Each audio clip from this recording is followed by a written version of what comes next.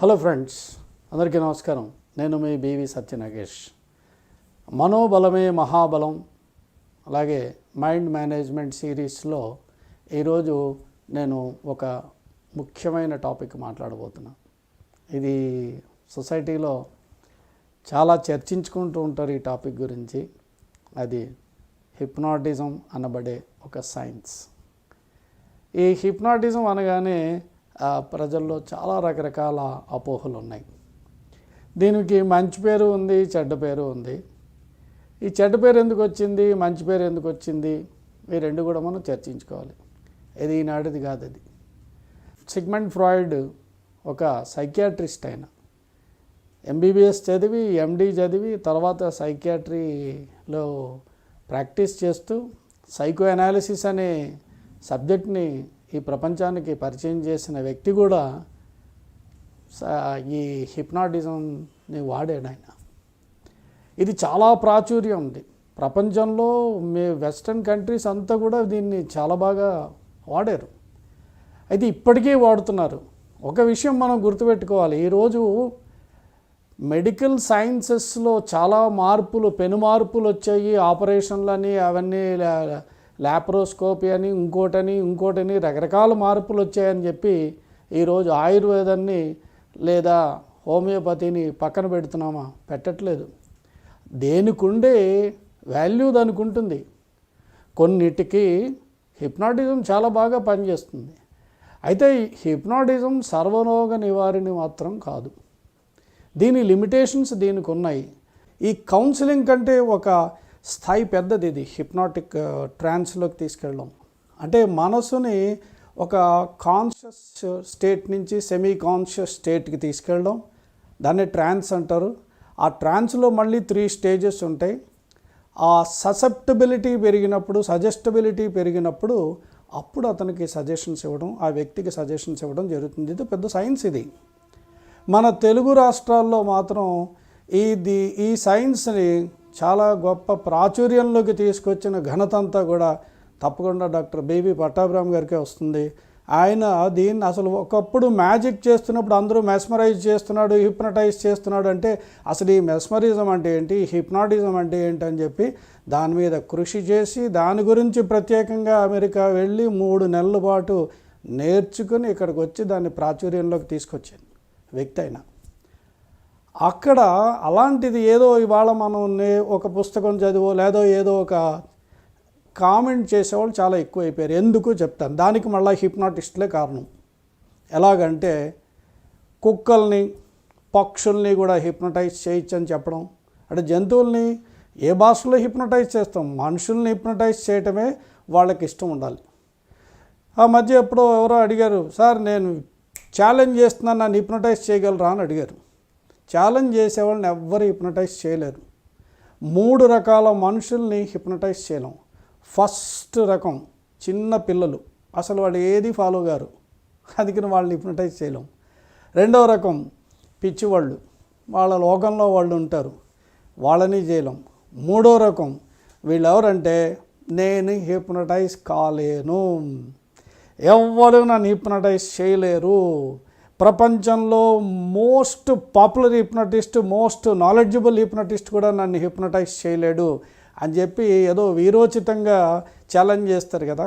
వాళ్ళని ఎవరు హిప్నటైజ్ చేయలేరు. ఎందుకంటే చెప్తాను, చేయలేరంటే చేతకానితనం కాదు. హిప్నాటిజంకి ఒక రూల్ ఉంది. సజెషన్ తీసుకుని ఆ సజెషన్ అలాగ ఫాలో అవుతూ కాన్షియస్ స్టేట్ నుంచి సెమీ కాన్షియస్ స్టేట్కి వెళ్ళాలి.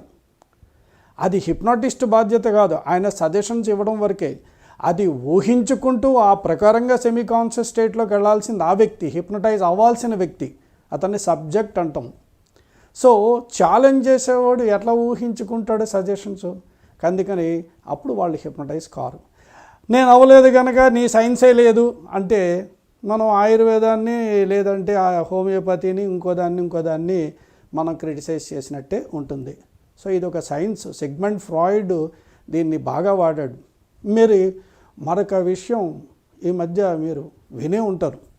బ్రూస్ లిప్టన్ ఒక అద్భుతమైన బుక్ రాశాడు. దాన్ని ది బయాలజీ ఆఫ్ బిలీఫ్ అని. ఎవరికైనా ఏమాత్రం డౌట్ ఉన్నా, అంటే మనిషి బిలీఫ్ సిస్టమ్, మనిషి యొక్క నమ్మకాల పుట్ట అనేది ఎలా మారుతుంది, అసలు ఎలా ఉంటాయి అని ఒక చక్కటి పుస్తకం సైంటిఫిక్గా, అంటే ఏంటి, బ్రెయిన్, న్యూరాన్స్, ఆ న్యూరల్ పాత్వేస్ అవన్నిటినీ కూడా చాలా క్షుణ్ణంగా బొమ్మలతోటి ఎక్స్ప్లెయిన్ చేస్తూ ఒక ఇంటర్నేషనల్ స్టాండర్డ్ బుక్, అది ఇంటర్నేషనల్ స్టాండర్డ్ బుక్ రాశాడు.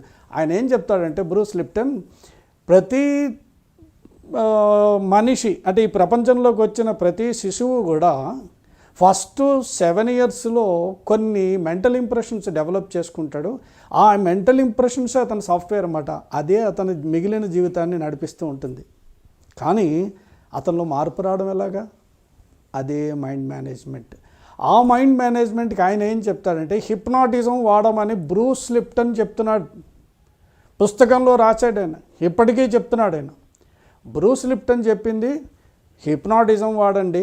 అలాగే రెండోది, హిప్నాటిజం అనే లేకపోతే రిపీటెడ్గా చేయండి. రిపీటెడ్గా సాధన చేస్తే, అదే సాధన చేస్తూ ఉంటే మన మనసులో ఆ ఇంప్రెషన్స్ మారుతాయని బ్రూస్ లిప్టన్ చెప్తున్నాడు. సో అందుకని ఇక్కడ మనం ఈ సైన్స్లో తెలుసుకోవాల్సింది ఏంటంటే, ఇది సర్వరోగ నివారణ అయితే కానే కాదు. అంటే అబ్నార్మల్ బిహేవియర్ని తీసుకుంటే బేసిక్గా సైకోసిస్, న్యూరోసిస్ అని చెప్తారు. సైకోసిస్ అనేది కేవలం సైకియాట్రిస్టులు మాత్రమే ట్రీట్ చేయాలి. అది బ్రెయిన్ కెమిస్ట్రీకి సంబంధించింది. దానికి కౌన్సిలింగు, ఈ హిప్నాటిజం ఇవేవి పనికిరావు. ఇది ఖచ్చితమైన మాట. అయితే న్యూరోసిస్కి మాత్రం, అంటే ఏంటిది, న్యూరో అనగానే మన తెలుగు వాళ్ళకి నరాలు గుర్తొస్తాయి, నరాలు, బ్రెయిన్ అని. న్యూరోసిస్ అంటే ఏంటంటే అది మైల్డ్ బిహేవియరల్ డిజార్డర్స్, అవన్నీ మనం డెవలప్ చేసుకున్నవి. సైకోసిస్ అంటే బ్రెయిన్ కెమిస్ట్రీ. ఇది న్యూరోసిస్ అంటే మనం డెవలప్ చేసుకున్నవి. ఇవి కానీ సైకోసోమాటిక్ డిజార్డర్స్ని, వీటన్నిటిని కూడా హిప్నాటిజం ఖచ్చితంగా మంచి రిజల్ట్స్ తీసుకొస్తుంది. ఇందులో ఏమాత్రం కూడా అనుమానం లేదు. ఇంత మంచి ఈ సబ్జెక్టు మన సమాజంలో ఎందుకు చెడ్డ పేరు తెచ్చుకుంది? పాపం ఆ సైన్స్ తెచ్చుకోలేదు, మన ప్రజలే దానికి కొంత చెడ్డ పేరు తీసుకొచ్చారు. ఎవరంటే మా హిప్నాటిస్టులే. అంటే జంతువుల్ని, పక్షుల్ని కూడా హిప్నటైజ్ చేయొచ్చని కొంతమంది. అలాగే ఈ మధ్య సినిమా వచ్చింది, ఎవరు ఖండించలేదు దాన్ని. ఆ సినిమాలో ఒక పాముని హిప్నటైజ్ చేసి అది ఆ హిప్నాటిక్ సజెషన్స్ ప్రకారంగా అది ప్రవర్తిస్తున్నట్టుగా చూపించారు. సినిమా చివరి వరకు అసలు ఈ హత్యలు కానీ ఇవన్నీ ఎవరు చేస్తున్నారు ఏంటి తెలియదు. చివరికి పాముని తెలుస్తుంది. ఆ పాముని హిప్నటైజ్ చేసినట్టుగా చూపించారు. మరి ఇంకా చెడ్డ పేరు రాకేమొస్తుంది? ఎందుకంటే పాముని హిప్నటైజ్ చేయాలంటే పాము భాష తెలియాలి మనకి. బుస్సా తెలియదు. మరి అది అర్థం చేసుకోవాలి. ఆ హిప్నాటిక్ ట్రాన్స్లోకి తీసుకెళ్ళి సజెషన్స్ ఇచ్చేవాడికి పాము లాంగ్వేజ్ రావాలి. అలాగే పాము అతన్ని కరవకుండాను, కాటేయకుండాను ఉండాలి. అయితే సినిమాలాగే చూడాలి మనం. సినిమా తప్పు కాదు, అది కాలక్షేపం. అంటే ఒక సినిమాలో హీరో ఒక పాటలో 6 డ్రెస్సులు మారుస్తాడు. లేదా ఒకసారి ట్యాంక్ బండ్ దగ్గర ఉంటాడు, ఇంకోసారి చార్మినార్ దగ్గర ఉంటాడు. పాట మొత్తం డ్యూరేషన్ అంతా 5 minutes 3 minutes ఉంటుంది. ఈ 5 minutesలో ట్యాంక్ బండ్ నుంచి చార్మినార్ ఎలా వెళ్ళాడు ఆయన, అసలు ఈ డ్రెస్సులు ఎప్పుడు మార్చాడు, ఈ గ్రూప్ అంతా ఎక్కడి నుంచి వచ్చిందంటే దానికి ఆన్సర్ లేదు. అలాగే ఒక సినిమాలాగే చూడాలి కనుక ఆ సినిమాని కూడా అందరూ చూశారు, ఎవరూ ఖండించలేదు. ఎందుకంటే అవసరం లేదు, అది సినిమా అది. సో వీటి వల్ల కొంత చెడ్డ పేరు వచ్చింది. కానీ ఇది గొప్ప సైన్స్. ఈ సైన్స్ మీద అవగాహనకి రావడం కోసం పటాభిరామ్ గారు పుస్తకాలు రాశారు. నేను కూడా ఒక పుస్తకం రాశాను. ఈ పుస్తకం మీరు మారగలరు, వైజ్ఞానిక హిప్నాటిజం సాధన ద్వారా మీరు మారగలరు. ఇది 1996 1996లో ఈ బుక్ నేను రాయడం జరిగింది. తర్వాత రివైజ్డ్ ఎడిషన్స్ వచ్చాయి. ఇది లేటెస్ట్ ఎడిషన్. దీన్ని మార్కెట్ చేయడం గురించి కాదు, అంటే దీని మీద సబ్జెక్టు ఇది ఒక సైంటిఫిక్ సబ్జెక్ట్ అని ఉంది కనుకనే దీని మీద పుస్తకం రాసి మార్కెట్లో పెట్టడం జరిగింది. సో అందుకని అనవసరమైన అపోహలు పెట్టుకోకుండా ఈ హిప్నాటిజంని మీరు కేవలం ఎవరి దగ్గరికి వెళ్ళి నేర్చుకోవాల్సిన అవసరం లేదు. పుస్తకాలు ఉన్నాయి, ఇంటర్నెట్లో ఉన్నాయి, అన్నీ ఉన్నాయి కనుక. అయితే ఒక చిన్న విషయం, ఎవరో చేసినట్టుగా చేసి, అంటే వాళ్ళు రిలాక్స్ అంటే మనం కూడా రిలాక్స్ అని, కాళ్ళు రిలాక్స్ అవుతున్నాయి, చేతులు రిలాక్స్ అవుతున్నాయి అంటే అదే హిప్నాటిజం అని అనుకుంటే మాత్రం చాలా పొరపాటు. వాళ్ళు చేసినట్టుగానే మనం కూడా చేసేస్తే అయిపోతుంది అనుకుని చేసినప్పుడు ఒకవేళ ఆ వ్యక్తి కానీ హిప్నటైజ్ కాకపోతే మొత్తం హిప్నాటిజం సైన్స్నే మనం క్రిటిసైజ్ చేయటం అనేది తప్పు కనుక ఖచ్చితంగా దాన్ని నేర్చుకోవాల్సిన పద్ధతిలో కరెక్ట్గా నేర్చుకుని దాన్ని ఉపయోగించుకోవాల్సిన పద్ధతిలో కరెక్ట్గా ఉపయోగించుకుంటే చక్కటి సత్ఫలితాలు వస్తాయి. అందుకే బ్రూస్ లిప్టన్ ఖచ్చితంగా చెప్పాడు హిప్నాటిజం వాడాలని. అలాగే సిగ్మండ్ ఫ్రాయిడ్ ఎంతో చక్కగా చెప్పాడు, హిప్నాటిక్ ట్రాన్స్లోకి తీసుకెళ్ళి మనుషుల్లో మార్పులు తీసుకొచ్చామని. ఎందుకంటే మనకి మొట్టమొదట చిన్నప్పుడు మాత్రం బాల్య దశలో ఉన్న ఆ మెంటల్ ఇంప్రెషన్స్ తోటే జీవితం అంతా గడుస్తుందంటే లేదు, మనం మార్చుకుంటూనే ఉంటాం. మీరు ఎంతోమందిని చూసే ఉంటారు. ఒకప్పుడు అతను చాలా రఫ్గా ఉండేవాడు, ఈ మధ్య ఎందుకో చాలా సౌమ్యుల్లాగా అయిపోయాడని, లేకపోతే ఒకప్పుడు అతను ఒకలా ఉండేవాడు ఇప్పుడు ఇలాగేయడని రకరకాలుగా చెప్పుకుంటూ ఉంటారంటే బిలీఫ్ సిస్టమ్ మారిపోయింది.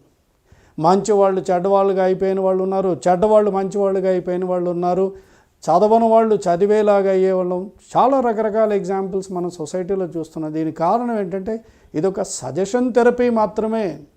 దీంట్లో కెమికల్ సబ్స్టెన్సెస్ ఉండవు, ట్యాబ్లెట్స్ ఉండవు, ఇంజక్షన్లు ఉండవు, ఏవి ఉండవు. అంటే శారీరకమైన పూర్తిగా శారీరకమైన సమస్యలు ఉంటే, అంటే ఒక బ్రెయిన్ కెమిస్ట్రీకి సంబంధించిన సైకోసిస్ లాంటివి ఉంటే ఖచ్చితంగా సైకియాట్రిస్టులు మాత్రమే చేయాలి. దానికి మాత్రం హిప్నాటిజం అస్సలు పనికిరాదు. కనుక దీని మీద అవగాహన పెంచుకుంటారనే ఉద్దేశంతో ఈ ఎపిసోడ్ చేయడం జరిగింది. సో మీరందరూ కూడా దీని మీద ఒక మంచి భావన, ఒక సద్భావన ఏర్పరచుకుంటారనే ఒక మంచి ఉద్దేశంతో ఇది చేయడం జరిగింది. సో మీరు చాలా వరకు ఇన్ఫర్మేషన్ తీసుకుంటున్నారని తలుస్తూ నేను సెలవు తీసుకుంటున్నా. ఈ సబ్జెక్ట్ మీకు నచ్చితే తప్పకుండా లైక్ చేయండి, అలాగే మీ ఫ్రెండ్స్ కూడా షేర్ చేయండి. అలాగే మీ సూచనలు, మీ సలహాలు కూడా ఇస్తే దీన్ని బట్టి మళ్ళీ కొత్త సబ్జెక్ట్స్ కానీ, అలాగే ఈ సబ్జెక్ట్ గురించి కూడా మీ ఒపీనియన్ తెలిస్తే దానికి నేను సమాధానాలు కూడా చెప్తానని చెప్తూ సెలవు తీసుకున్నా.